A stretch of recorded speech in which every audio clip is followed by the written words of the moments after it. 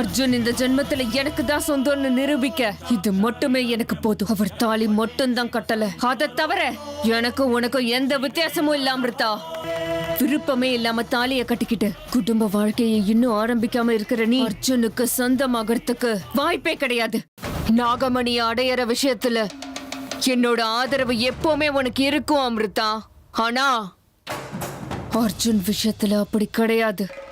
என்னோட அர்ஜுன நான் உனக்கு மட்டும் இல்ல, யாருக்கும் எந்த காரணத்தை கொண்டு விட்டு கொடுக்க மாட்டேங்கிற நிலைக்கு வந்துட்டேன். ஏன்னா அர்ஜுன் மேல எனக்கு தீராத மோகம் இருக்கு, ஆசை இருக்கு.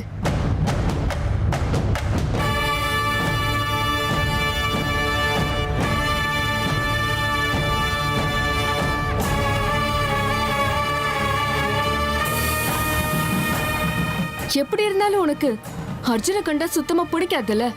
இது உன் வாயால நீ சொன்ன வார்த்தை தானே? விட்டு கொடுத்துடு அமிர்தா, அர்ஜுனை முழுசா எனக்காக விட்டு கொடுத்துரு. அர்ஜுன் கூட மனப்பூர்வமா மனைவியா நான் வாழ்றேன். அது மட்டும் இல்ல, உனக்கு இன்னும் அதிக சந்தோஷத்தோட உற்சாகத்தோட நான் உதவி செய்வேன் அமிர்தா. எனக்கு விட்டு கொடுத்துரு, விட்டு கொடுத்துரு. அப்படி இல்லைன்னா இத்தனை நாட்கள் உனக்கு உயிர் தோழியா இருந்த இந்த சேஷா உனக்கு ஜென்ம விரோதியா மாறிடுவா. ஜாக்கிரதை.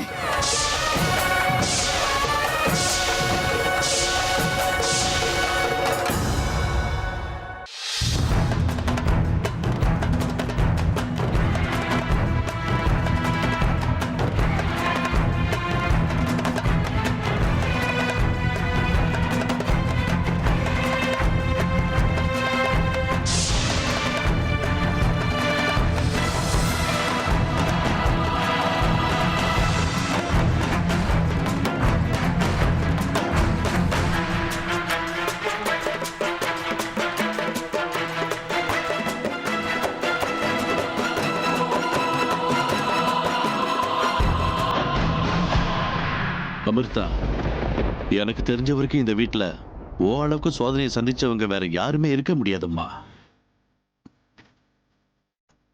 ஒவ்வொரு தடவையும் உன் மேல சந்தேகம் வரும் போதெல்லாம் உன்னோட தப்பு ஒண்ணுமே இல்லைன்னு நிரூபணம் ஆகிக்கிட்டே இருக்கு.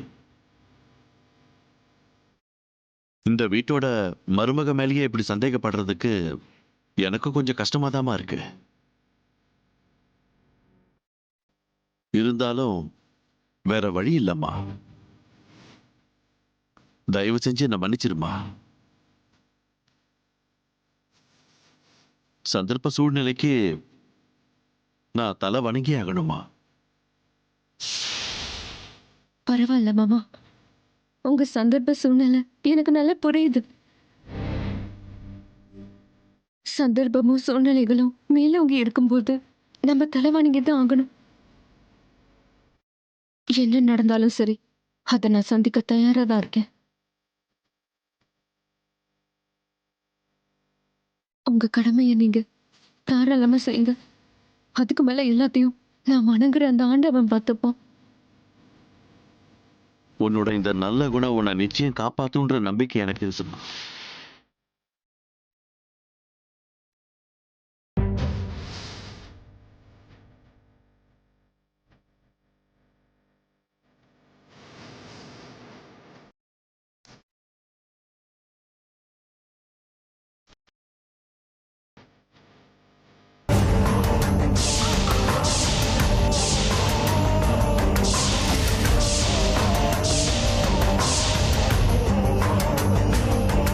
நீ உன்னோட ரகசிய சக்திகளை மொத்தமா இழந்து இந்த நிமிஷத்துல ஆரம்பிச்சு நாளைக்கு மத்தியானம் வரைக்கும் நீ சாதாரண மனுஷியா தான் இருப்ப. பரமேஸ்வரா, இது வரைக்கும் எல்லாமே உன்னோட ஆணைப்படிதான் நடந்துகிட்டு இருக்கு. உன்னுடைய விருப்பப்படியே என்னோட எல்லா சக்திகளையும் இழந்து ஒரு சாதாரண மனுஷியா நிக்கிற இந்த நேரத்துல அந்த மகாதேவன் எனக்காக இப்படி ஒரு சோதனையை கொடுத்திருக்கான்.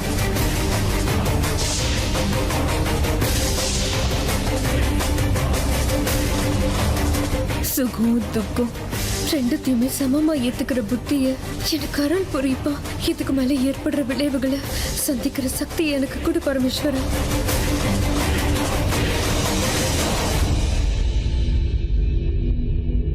சக்தி சக்தியை கொடு. ஓம் நம சிவாய, ஓம் நம சிவாய.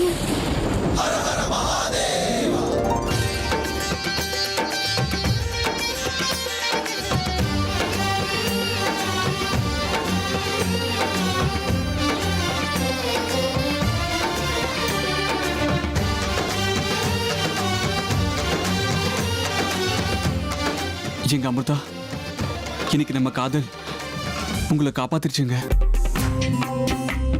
எனக்கு என் அமிர்தா கிடைச்சிட்டாங்க. அம்மா, பாட்டி, அண்ணா, இவங்க என் அமிர்தாவே தான்.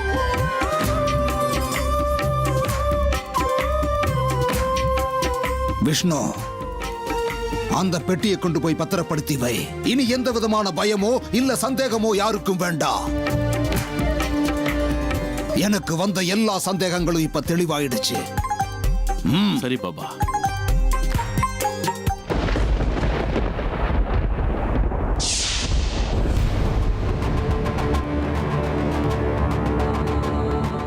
ஆனா ஒரு விஷயம், அந்த நாகராணி இந்த வீட்டு வாசப்படியை தாண்டி வெளியே போயிட்டா. ஆனா அவளோட பார்வை என்னைக்கும் இந்த வீட்டு மேல மட்டும்தான் இருக்கும்னு உறுதி ஆயிடுச்சு.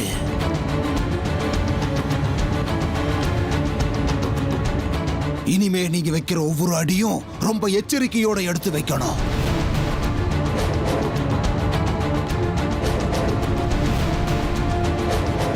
பாபா, எல்லா பிரச்சனைகளும் சரியாயிடுச்சு. இப்போ உங்க முன்னாடியே மாங்கல்ய சாஸ்திரம் பண்ணிடலாம். தம்பதிகளுக்கு உங்க ஆசீர்வாதம் வேணும். நல்ல வேளை முகூர்த்த நேரம் முடியல. அர்ஜுன், அமிர்தா, உட்காருங்க, உட்காருங்க.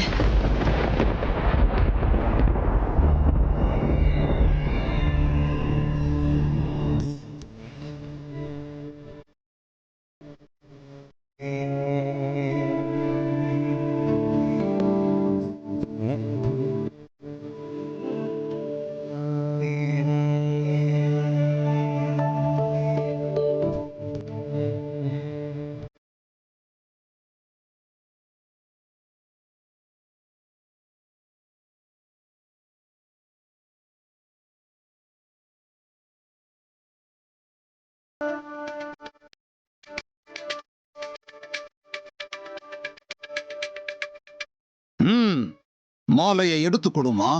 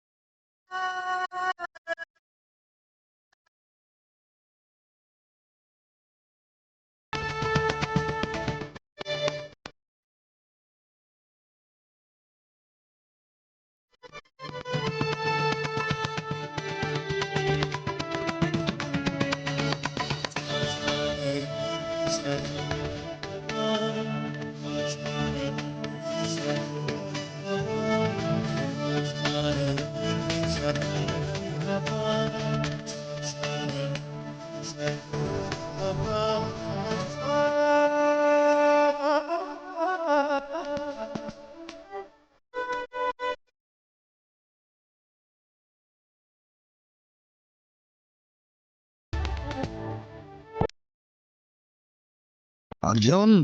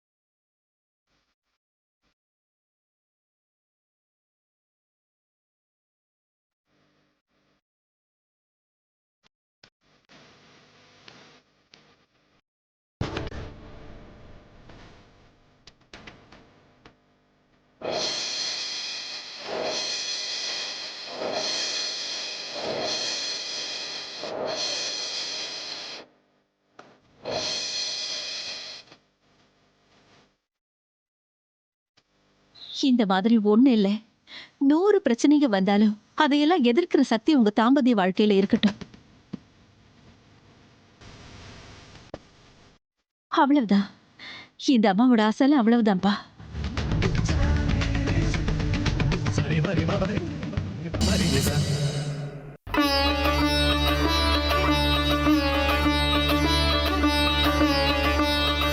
நல்லா இருங்க. இனிமே இந்த குடும்ப உறுப்பினர்கள் மேல ஆகட்டும், இல்ல இந்த பொண்ணு அமிர்தா மேல ஆகட்டும், எந்த விதமான சந்தேகமும் தேவையில்லை. அதே மாதிரி நாகராணி விஷயத்துல ஜாக்கிரதையா இருங்க. அவசியம் ஏற்படும் போது இந்த பைரவ பாபா உங்களுக்கு துணையா வந்து நிப்பான். ஜெய் மகா காளி. நான் இப்ப கிளம்புறேன்.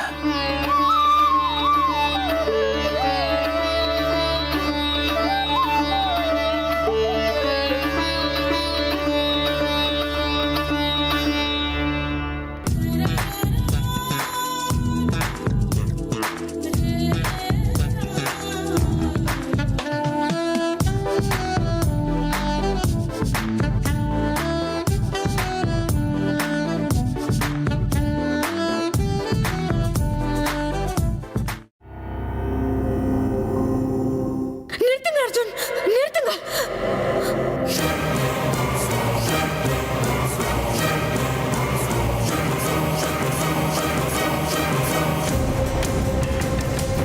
ச்சே, கைக்கு எட்டினது கடைசியில வாய்க்கு எட்டாம போயிடுச்சு. அந்த அமிர்தா இன்னும் 2 நிமிஷம் தாமதமா வந்திருந்தா அர்ஜுன் எனக்கு சொந்தமாயிருப்பாரு. எல்லாத்தையும் கெடுத்துட்டியே அமிர்தா. ஒரு பெரிய பாக்கியம் எனக்கு கிடைக்கிற நேரத்துல நீ தடுத்துட்டியே.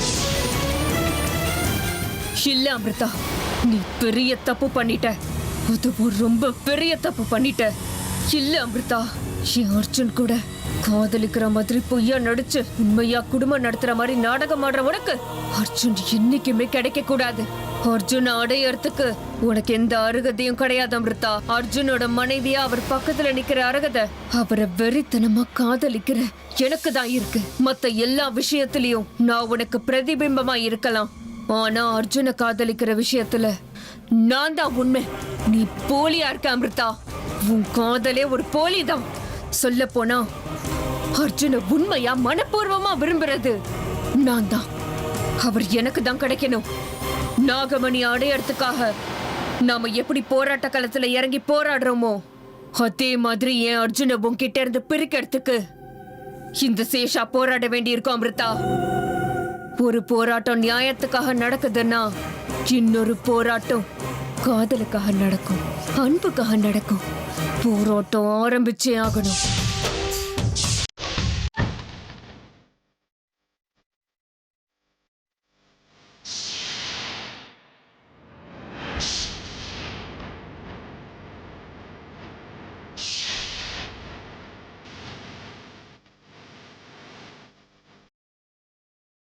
இதெல்லாம் கனவா இல்ல நிஜமா?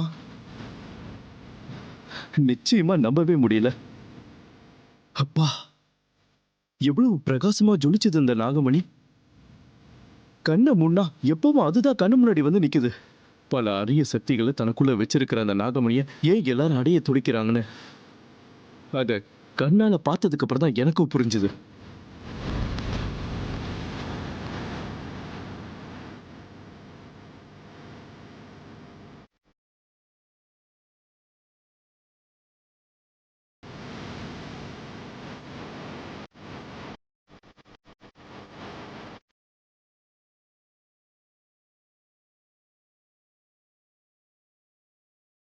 ஏங்க, இங்க உட்காந்து என்ன யோசனை பண்றீங்க? நானா? ஒண்ணும் இல்ல. எனக்கு தெரியுங்க, நீங்க இன்னும் அந்த நாகமணி பத்தி தான் யோசிச்சுட்டு இருக்கீங்க. இப்பவும் ஒன்னும் கெட்டு போயிடலங்க. நான் சொல்றத கேளுங்க. அந்த நாகமணி விஷயத்த முதல்ல உங்க மனசுல இருந்து தூக்கி எறியுங்க. அந்த நாகமணி எங்க இருக்கோ என்னவோ யாருக்கு தெரியும்? என்ன எங்க இருக்கோ ஏதோ, அந்த நாகமணி இங்கதான் இருக்கு. இங்கயா? இல்ல, அதாவது என் மனசுல இருக்குன்னு சொன்னேன். அந்த நாகமணி என் கைக்கு வந்து சேர்ற வரைக்கும் எனக்கு நிம்மதி கிடையாது. எப்படியும் அந்த நாகமணி என் கைக்கு வந்து சேரும். நான் இப்படிதான் நினைச்ச காரியத்தை முடிக்கிற வரைக்கும் ஓயவே மாட்டேன். வேண்டான்னு சொன்னாலும் என் பேச்ச நீங்க கேட்க மாட்டீங்கல்ல? சின்ன மாமாவை நாகராணி எந்த கதைக்கு ஆளாக்குனான்னு கண்ணார பார்த்ததுக்கு அப்புறமும் உங்களுக்கு உங்க பிடிவாதம் தான் பெருசா இருக்குல்ல? தயவு செஞ்சு நான் சொல்றதை கேளுங்க. இந்த பழி உணர்ச்சி, நாகமணி மேல இருக்கிற மோகம், இதெல்லாம் தயவு செஞ்சு விட்டுடுங்க. நாம உண்டு, நம்ம குடும்பம் உண்டுன்னு நிம்மதியா இருக்கலாம். மாமா என்ன வேணும்னாலும் பண்ணிக்கிட்டோம். சித்ரா, திரும்ப திரும்ப சொன்னதையே சொல்லி என்னை இரிட்டேட் பண்ணிட்டு இருக்காத. அன்னைக்கு அப்பா உனக்கு நீட்டா புரியுற மாதிரி எக்ஸ்பிளைன் பண்ணிட்டு போனார்ல. இந்த விஷயத்துல நான் என் அப்பா புள்ளதான். நினைச்ச காரியத்தை முடிக்கிற வரைக்கும் பின்வாங்க மாட்டேன். லேட் ஆயிடுச்சு, போய் படத்துக்கு போ.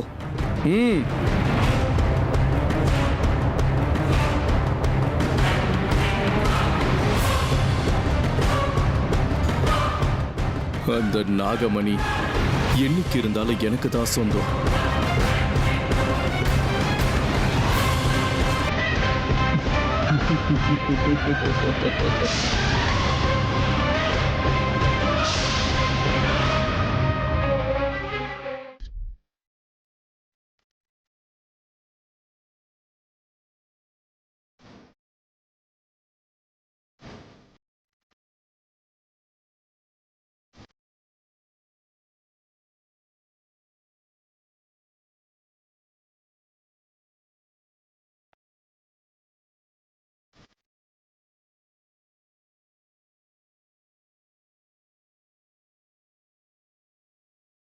என்ன அர்ஜுன், என்ன ஆச்சு?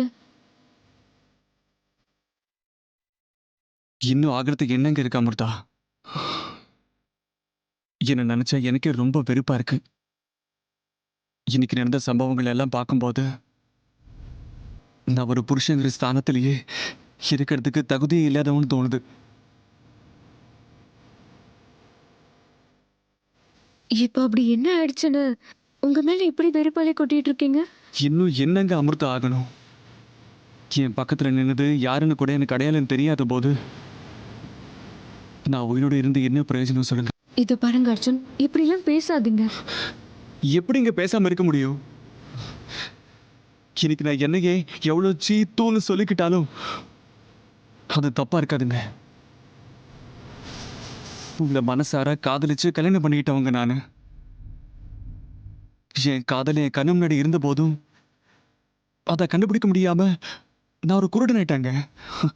சொல்லுங்க, உங்களை காதலிக்க இனிமே என்ன அருகதை எனக்கு இருக்குன்னு நீங்களே சொல்லுங்க அமிர்தா. இன்னைக்கு நடந்தது சாதாரண அநியாயம் கிடையாதுங்க. நான் என் காதலுக்கு செஞ்ச மிகப்பெரிய அவமானங்க இது. இதுக்கு நிச்சயம் இந்த ஜென்மத்துல எனக்கு மன்னிப்பு கிடையாது.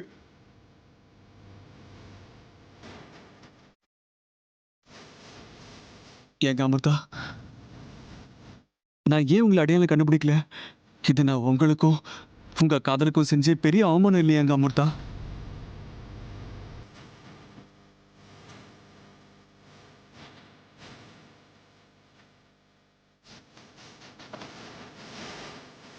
எப்படி அர்ஜுன் உங்களால அடையாளம் கண்டுபிடிக்க முடியும்? இந்த அமிர்தாவுடைய உடம்புல இருக்கிற எல்லா அம்சங்களும் அவ உடம்புலயும் அப்படியே இருக்கே.